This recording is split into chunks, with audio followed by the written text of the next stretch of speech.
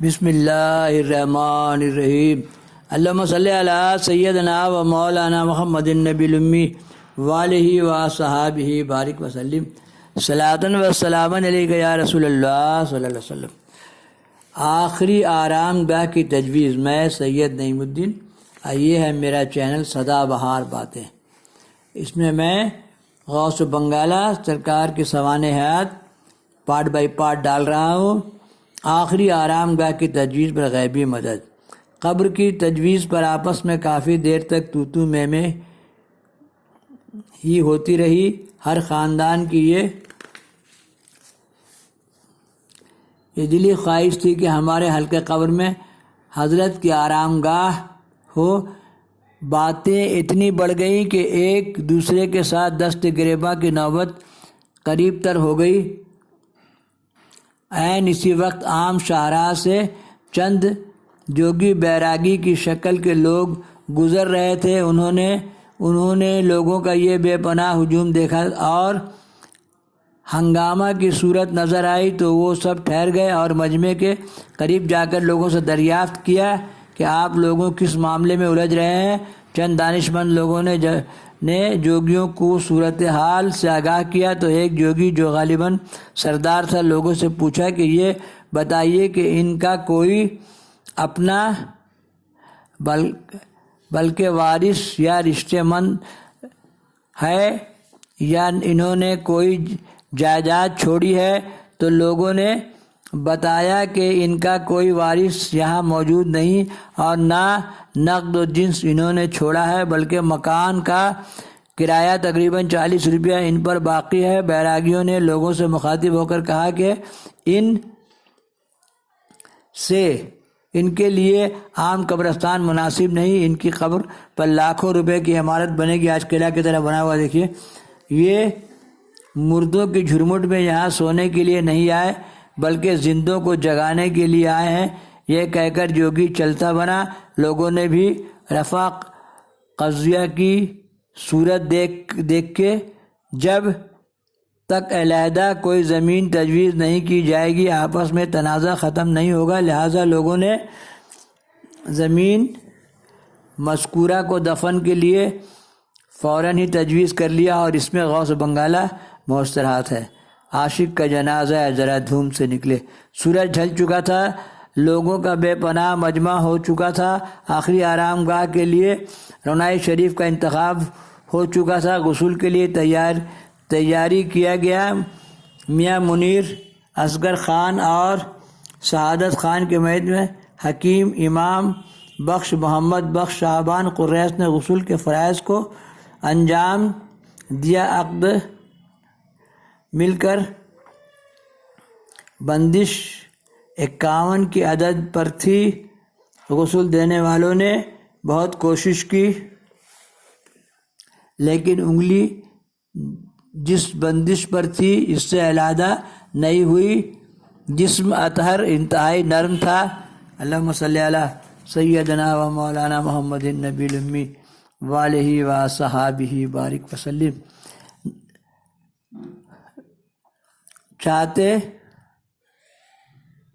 جسم اطہر انتہائی نرم تھا، جو عضو چاہتے موڑ دیتے۔ کسی نے غسل کا تھوڑا پانی ایک شیشی میں جمع کر لیا۔ عجب حیرت انگیز کرشمے اس سے ظاہر ہوئے۔ چند عقیمیہ اور بانجھ عورتوں اور اس کی وجہ سے صاحب اولاد ہو گئی۔ پھر حافظ الہی بخش یا دکھو خطاط نے کفن سجایا۔ سنت کے مطابق کفن پہنایا گیا۔ کلمہ شہادت کی چھاؤں میں غوث بنگالہ کا جنازہ نکلا۔ بھیگی پلکوں کے ماحول میں جنازہ چند ہی قدم چلا کہ ابر رحمت کا ٹکڑا جنازے پر چھا گیا۔ سوگواروں کی آنکھوں سے تو برسا ہو ہی رہی تھی، ادھر باران رحمت کی بھی ہلکی ترشح ہونے لگی۔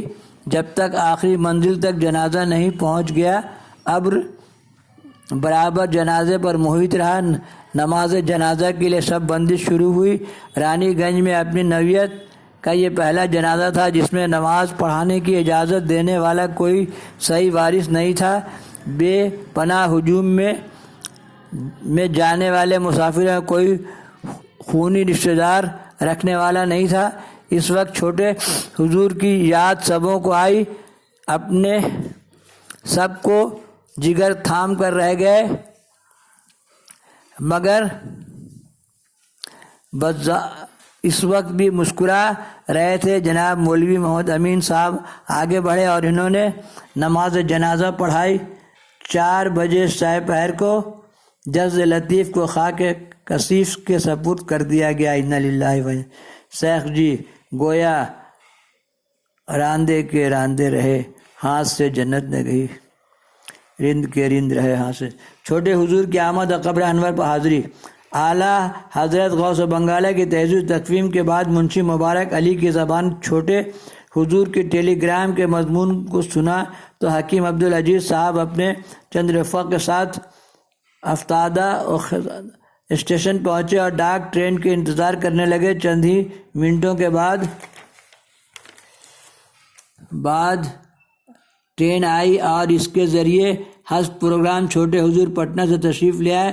آنکھیں چار ہوتے ہی سبھی کی آنکھوں کا پیمانہ چھلک اٹھا۔ حکیم صاحب وغیرہ چھوٹے حضور سے لپٹ گئے۔ چھوٹے حضور نے بچشم نم سبوں کو تسلی و تصفی دی اور اسٹیشن سے سیدھے رنائی شریف آستانہ مبارک کی طرف چلے۔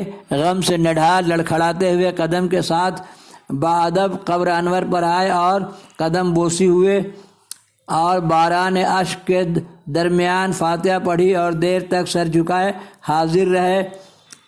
جب قدر سکون ہوا نظر اٹھائی تو دیکھا کہ چند نئے مرید قبر شریف کا حلقہ کیے ہوئے مہو گریا ہیں۔ حکم دیا کہ اگر یہاں رہنا منظور ہے تو مزار شریف سے ہٹ کر رہو، اب یہ مقام ادب ہے۔ تھوڑی دیر حضور قبر انور پر مراقبہ رہے، پھر وہاں سے اٹھ کر رخصت ہوئے اور محبوب بخش کے مکان پر تشریف لائے۔ رات کے کھانے سے انکار کرتے ہوئے مختصر چائے نوشی فرمائی اور پوری رات نہایت کرب و اضطراب اور بے چینی میں گزار دی۔ جب نماز فجر پھر مزار شریف پر حاضر ہوئے، فاتحہ خوانی کے بعد لوگوں کو ضروری ہدایتوں سے مستفیض فرما کر ارشاد ہوا، چہارم کا فاتحہ میں کروں گا، اس لیے میں پٹنہ جا رہا ہوں اور تم لوگ سے جو کچھ ہو سکے یہاں کر لینا۔ چھوٹے حضور پٹنہ روانہ ہو گئے۔ اللہم صلی علی سیدنا مولانا محمد النبی الامی وآلہ وصحبہ بارک وسلم صلاۃ۔ یہ جو عمارت ہے قلعے کی طرح چھوٹے حضور کا ہی بنوایا ہوا۔ اللہم صلی علی سیدنا و مولانا محمد النبی الامی وآلہ وصحبہ بارک وسلم سعد ظفر اندرابی رضی اللہ تعالیٰ عنہ۔ اللہم صلی علی سیدنا و مولانا محمد النبی الامی وآلہ وصحبہ بارک وسلم۔ الہی خیر گردانی بحق کے شاہ جیلانی، الہی خیر گردانی بحق کے شاہ جیلانی۔ اللہم صلی علی سیدنا و مولانا محمد النبی الامی وآلہ وصحبہ بارک وسلم۔ نہ ہو آرام جس بیمار کو سارے زمانے میں اٹھا لے جائے، تھوڑی خاک ان کے آستانے سے